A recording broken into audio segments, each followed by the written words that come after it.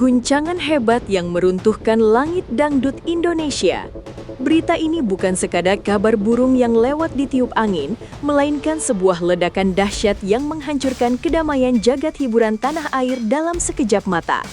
Sang Raja Dangdut, Rhoma Irama, telah mengambil keputusan yang mengguncang fondasi industri televisi dengan melarang keras seluruh karya agungnya digunakan oleh Indosiar.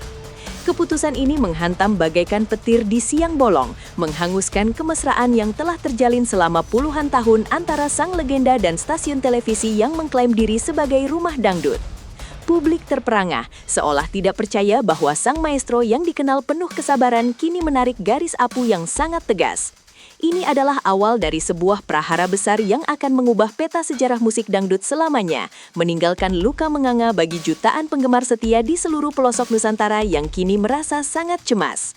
Deklarasi perang sang maestro terhadap eksploitasi seni. Pernyataan resmi dari sang raja bukanlah sekadar larangan administratif yang dingin di atas kertas, melainkan sebuah deklarasi perang terbuka terhadap cara industri memperlakukan sebuah karya. Rhoma Irama merasa bahwa selama ini nilai-nilai suci dalam setiap bait liriknya telah dianggap remeh dan hanya dijadikan komoditas perdagangan demi angka rating semata. Ketika beliau berbicara dengan nada yang begitu keras dan tegas, itu menandakan bahwa ada batas kesabaran yang telah dilampaui secara tidak hormat oleh pihak pengelola. Tidak ada lagi ruang untuk kompromi atau negosiasi di bawah meja, karena sang maestro kini berdiri teguh untuk melindungi kehormatan setiap nadanya yang penuh makna spiritual. Ini adalah bentuk perlawanan seorang seniman sejati terhadap sistem yang seringkali menodai kesakralan seni demi meraup keuntungan finansial yang fana tanpa memikirkan warisan moral bagi generasi mendatang. Kiamat kecil bagi Indosiar. Dan ekosistem acara unggulan bagi Indosiar, kehilangan hak untuk memutar katalog lagu milik Rhoma Irama adalah sebuah malapetaka yang setara dengan kiamat kecil dalam operasional kreatif mereka setiap harinya. Bayangkan sebuah tubuh manusia yang tiba-tiba jantungnya dicabut secara paksa. Ia mungkin masih tampak utuh secara fisik, namun tak ada lagi darah yang mengalir dan tak ada lagi denyut kehidupan di dalamnya. Selama ini, ajang pencarian bakat besar seperti The Academy sangat bergantung pada magis lagu-lagu soneta untuk memberikan bobot dan gengsi pada kompetisi mereka. Tanpa lagu-lagu seperti Keramat atau Judi, panggung megah tersebut akan terasa sangat hambar, kehilangan aura sakralnya, dan berubah menjadi sekedar tontonan biasa yang tidak memiliki jiwa. Tim kreatif kini berada dalam pusaran kepanikan luar biasa, mencoba mencari alternatif yang setara, namun menyadari bahwa tak ada yang bisa mengganti posisi sang raja. Filosofi agung yang dinodai oleh komersialisasi brutal. Di balik kemarahan yang membara, tersimpan sebuah filosofi agung tentang bagaimana sebuah karya seni seharusnya dijaga kemurniannya dari segala bentuk distorsi yang merusak. Bagi Rhoma Irama, setiap lagu yang ia tulis adalah manifestasi dari dakwah, nasihat moral, dan perenungan spiritual yang sangat mendalam bagi umat manusia secara luas. Namun, apa yang terjadi di layar kaca seringkali justru menjadi penghinaan terhadap nilai-nilai tersebut, di mana lagu-lagu penuh makna sering diputarbalikan menjadi ajang joget yang seronok. Aransemen yang diubah menjadi koplo liar dan goyangan yang terlalu erotis diduga menjadi pemicu utama kemarahan sang maestro yang sangat perfeksionis. Beliau menolak keras karyanya dilacurkan hanya demi mendapatkan tepuk tangan semu dari penonton studio, sementara esensi pesan kebaikan di dalamnya dihancurkan demi mengejar kepuasan komersial yang dangkal. Isak tangis dan kehancuran mental para calon bintang. Di balik panggung yang gemerlap, terdapat tragedi kemanusiaan yang sangat menyayat hati bagi para kontestan muda yang sedang mengejar mimpi mereka di ibu kota saat ini. Mereka adalah tunas-tunas dangdut dari pelosok desa yang telah berlatih siang malam demi menaklukkan cengkok rumit lagu-lagu Rhoma Irama sebagai syarat mutlak menjadi juara. Namun, dengan adanya larangan ini, senjata utama mereka untuk berperang di panggung tiba-tiba dilucuti secara paksa tepat sebelum pertempuran besar dimulai hari itu. Asrama karantina kini dipenuhi dengan isak tangis dan kebingungan yang mencekam, karena mereka harus merombak total strategi mereka dalam waktu yang sangat singkat. Kehilangan kesempatan untuk menyanyikan lagu sang raja berarti kehilangan pengakuan tertinggi di dunia dangdut. Sebuah beban psikologis yang sangat berat bagi anak muda yang tidak mengerti apa-apa tentang politik industri. Ancaman hukum dan bayang-bayang somasi yang menakutkan. Rhoma Irama tidak sedang bermain dalam drama opera sabun yang penuh kepura-puraan. Beliau sedang memainkan kartu hukum yang sangat serius dan mematikan bagi lawan-lawannya.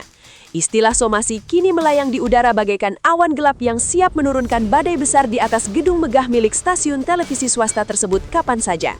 Dengan dukungan tim hukum yang sangat kuat dan berpengalaman, sang legenda siap membawa sengketa hak kekayaan intelektual ini ke meja hijau jika peringatannya diabaikan. Ini adalah peringatan keras bahwa hak cipta bukanlah sesuatu yang bisa dianggap angin lalu atau digunakan tanpa permisi yang sah secara hukum negara. Setiap produser kini diliputi ketakutan karena satu kesalahan kecil dalam menyelipkan lagu soneta bisa berujung pada denda miliaran rupiah. Pedang keadilan telah dihunus dan mata pedangnya mengarah tepat ke jantung operasional industri yang selama ini dianggap semena-mena.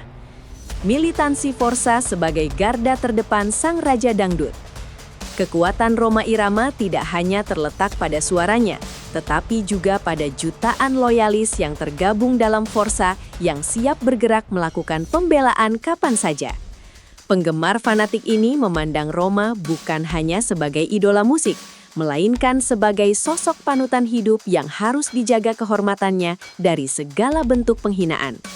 Begitu maklumat larangan ini keluar, gelombang dukungan masif langsung membanjiri jagat media sosial dengan pesan-pesan yang sangat tegas dan penuh emosi mendalam. Tagar boykot terhadap Indosiar mulai bermunculan bak cendawan di musim hujan, menciptakan teror nyata bagi Departemen Hubungan Masyarakat yang kini sedang kewalahan meredam amarah. Mereka siap mematikan televisi dan menghentikan segala bentuk dukungan sebagai bentuk protes atas perlakuan tidak adil terhadap sang raja. Ini adalah kekuatan massa yang sangat nyata, sanggup meruntuhkan hegemoni rating dalam sekejap jika mereka merasa dikhianati. Ironi tragis berakhirnya sebuah kemesraan panjang. Sejarah mencatat bahwa Indosiar dan Rhoma Irama pernah memiliki hubungan yang sangat manis dan saling menguntungkan selama bertahun-tahun lamanya di masa lalu. Stasiun televisi ini dahulunya adalah panggung emas bagi soneta, tempat di mana konser-konser eksklusif yang megah disiarkan dan ditonton oleh jutaan pasang mata di seluruh negeri. Namun, seperti kisah cinta tragis dalam novel klasik yang berakhir pedih, hubungan yang dahulu penuh tawa kini berakhir dengan kepahitan yang sangat mendalam dan penuh luka. Publik kini dipaksa menyaksikan bagaimana dua sahabat lama yang pernah saling membesarkan, kini harus berdiri di sisi meja perundingan yang saling berseberangan. Keretakan ini menyisakan rasa perih bagi penonton setia yang merindukan sosok bijak Rhoma Irama duduk di kursi juri, memberikan wejangan kebapakan. Kursi kosong itu kini menjadi simbol kehilangan yang besar bagi dunia pertelevisian Indonesia yang kehilangan jiwanya. Efek domino yang mengancam tatanan industri musik. Langkah berani yang diambil oleh Rhoma Irama diprediksi akan menjadi pemicu efek domino yang akan meruntuhkan tatanan industri musik yang selama ini dianggap tidak sehat.